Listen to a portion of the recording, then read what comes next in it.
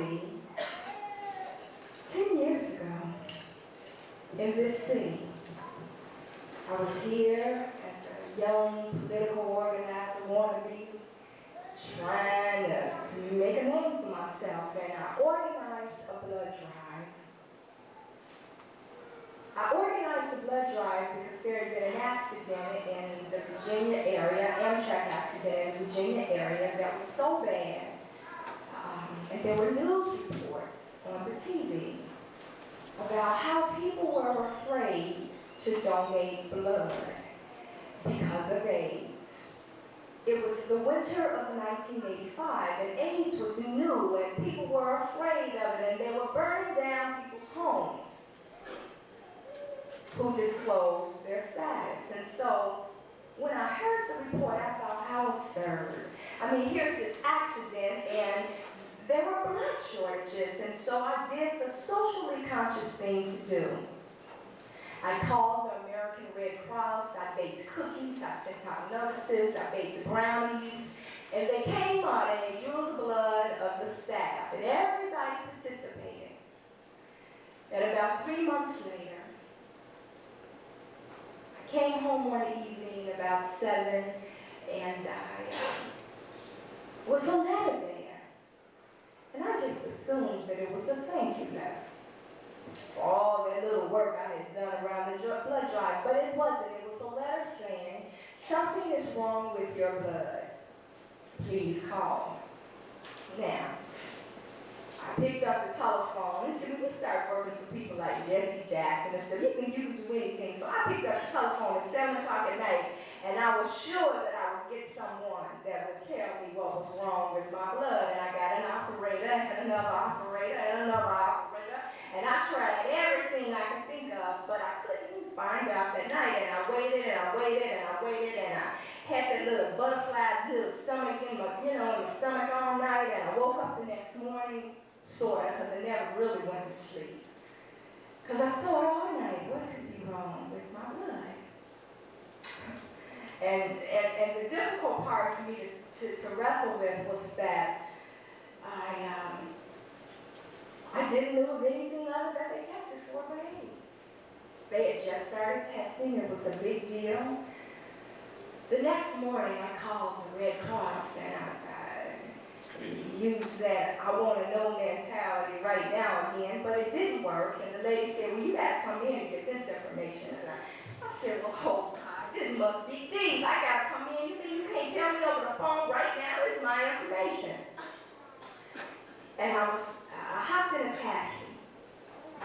I left my office. I hopped in a taxi. And it took this woman 5 minutes. I was 23 years old, to tell me that I was dying. It took 5 minutes.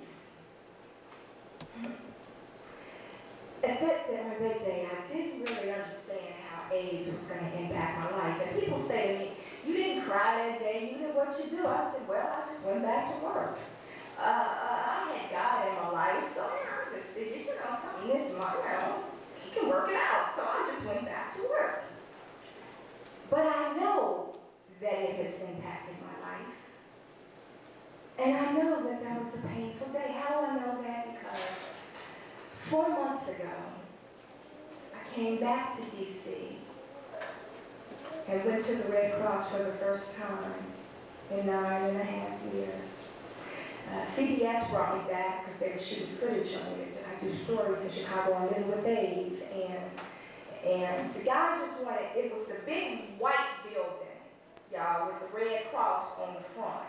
I'll never forget that building. And they just wanted me to walk up the stairs and down the stairs. They wanted footage of me going up the stairs and down the stairs, up the stairs and down the stairs. And I did the up the stairs for them, and then I did the down the stairs for them.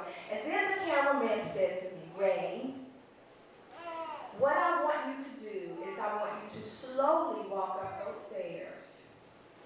And then I want you to go through the door and stand. And then I'm going to motion for you to come out.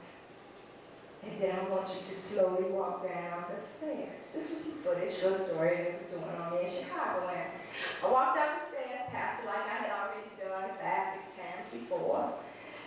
But I had never gone to the door. So I opened the door. And I walked in. And I stood there in the lobby. And he said, come on out. And I slowly opened the door.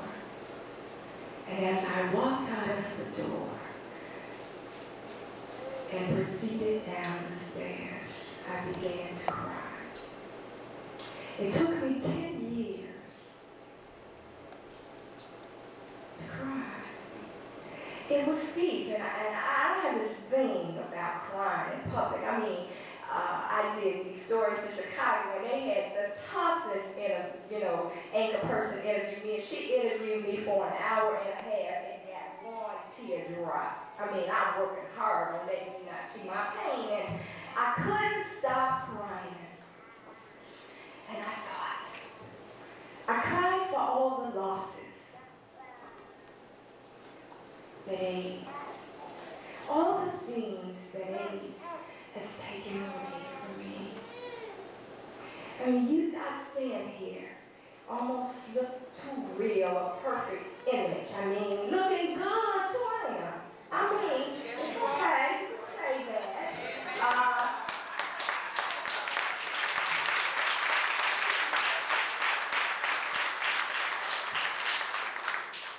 But there are incredible losses. Well, I haven't worked a job in 2 years. Well, I used to wear a size 12 or wear a size 4. And people say, oh, you look good with a size 4, but you don't understand. That meant that I needed a completely new wardrobe. Amen. With no job in 2 years. It takes away losses. It takes away 21-day menstrual cycles, hour menstrual cycles, 15-day menstrual cycles, 14-day yeast infections, 10 to 12 pills a day, diarrhea all day, fatigue non-stop. It takes away so much. I tell young people at colleges, I graduated magna cum laude.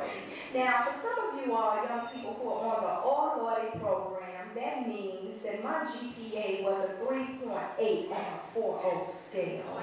I was summa cum laude in graduate school. That's a 5.0 on a 5.0. I worked hard and I trained to be one of the best and the brightest of organizers in this country. And all those losses, goal setting and goal accomplishments, for what?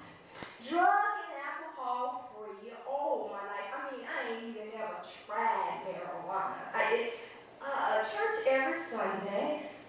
Talk. For what? It's deep. You see this image here, and you say, man, she looks like she has every piece together. But it hurts to the depths of my soul. Yes. It's some profound pain that I can't even begin to explain. I tell people I grew up in a dysfunctional household, and my mother used to beat me because the sun was shining, and she beat me because there was a fork in the sink, and she beat me at a whim, and I describe sometimes my worst beating, my most memorable beating, I think. I was about 8 years old, and in the black community, we're taught that if someone hits you, hit them back. So the girl pushed me, and I pushed her back, because I knew that if I hadn't, and someone told my mom I was going to give a butt when I got home. But see, the principal called home to tell my mother I had been in a scuff. And my mother, when I walked through the door, instructed me to strip. I said, but Mama, she said, strip. Mama, strip. It was a double extension cord, and there was no explanation. And I hurt so bad, I couldn't go to school for about a week, and I can remember those 2 whips on the side of my little high yellow face I was maybe 16 when I could not see the scar anymore. And I tell young people that I would take 20 of my mama's beatings any day over AIDS. That's just how deep this is. Some people describe it to cancer. Well, don't you know cancer is one cancer that may or may not be curable, but with AIDS I could have 3 or 4 cancers at one time, in addition to other stuff. It's deep. Mama told me that I was not anything. I wasn't going to say what I was going to say. She told me that I wasn't shit, and I wasn't going to be shit ever in my life. And I worked hard to prove my mama wrong. And when I was kicked out of the house at 17, I worked my way through high school. When I got hungry, I bought white potatoes and ate French fries until I was 4. I worked my way through college. I stayed drug and alcohol free. I had created a career for myself. To have to go back home and tell my mama,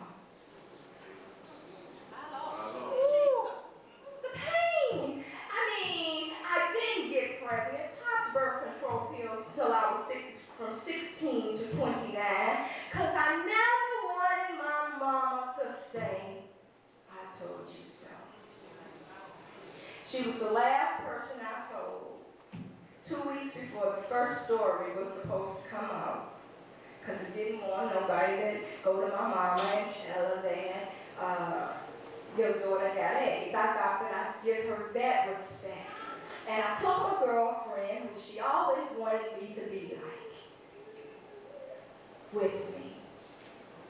And she was calm. But 2 weeks later, I got that phone call that said, see, I told you.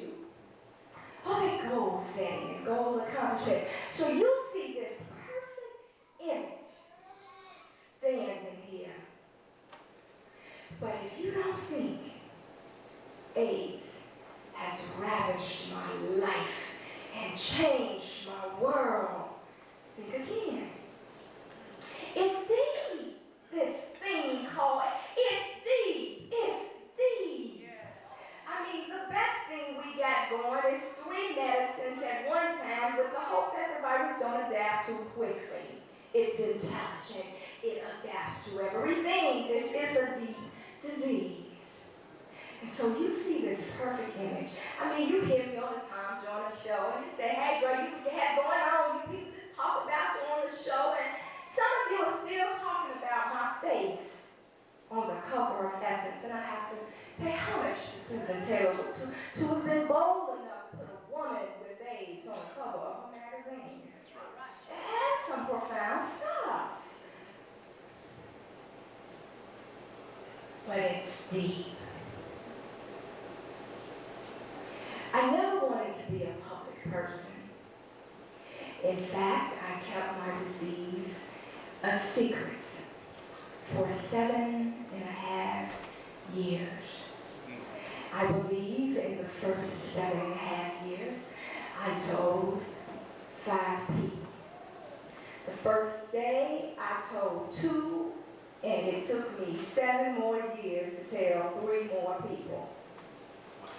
I was afraid that I would be rejected if I disclosed my status. I worked for powerful people seeking powerful offices. I was afraid that nobody would want to hire somebody on their campaign who had AIDS because campaigns couldn't handle scandal, and so I kept it a secret. I obviously would never have told anyone that would have told my mother, so I kept it a secret. Do you know what it's like to live in secrecy?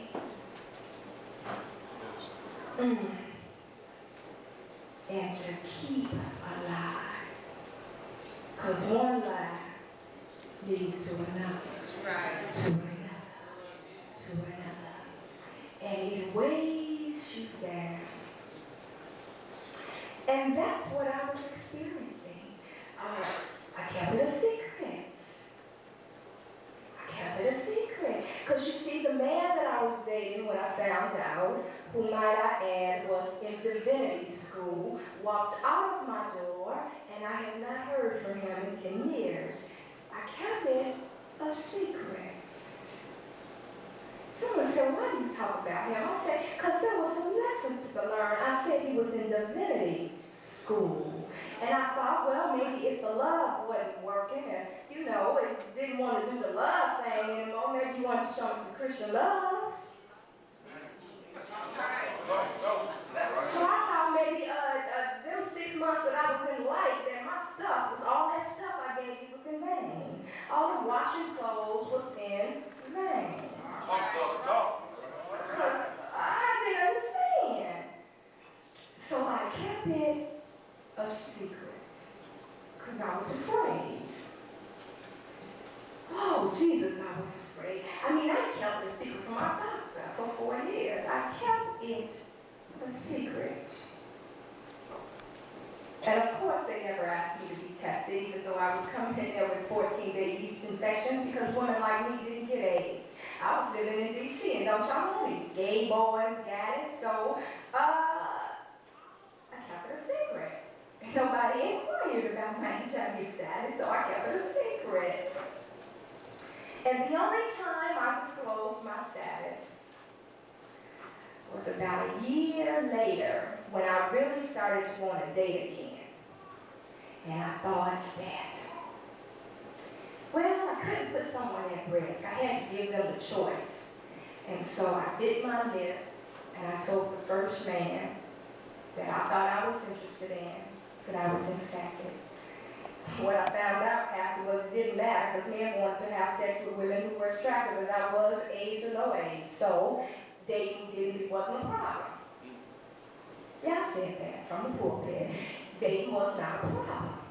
Because men wanted to wine me and dine me and showpiece me and have sex with me. But nobody wanted the commitment. No one wanted to watch me die. Nobody wanted to clean my body when I couldn't clean it for myself. But everybody wanted to wine and dine and look good and have sex with me. And they kept it a secret too, because they didn't want anybody to know that they was having sex with somebody that was HIV positive. Because then somebody would say, well, don't you have some boundaries in life? So life went on. This is my testimony.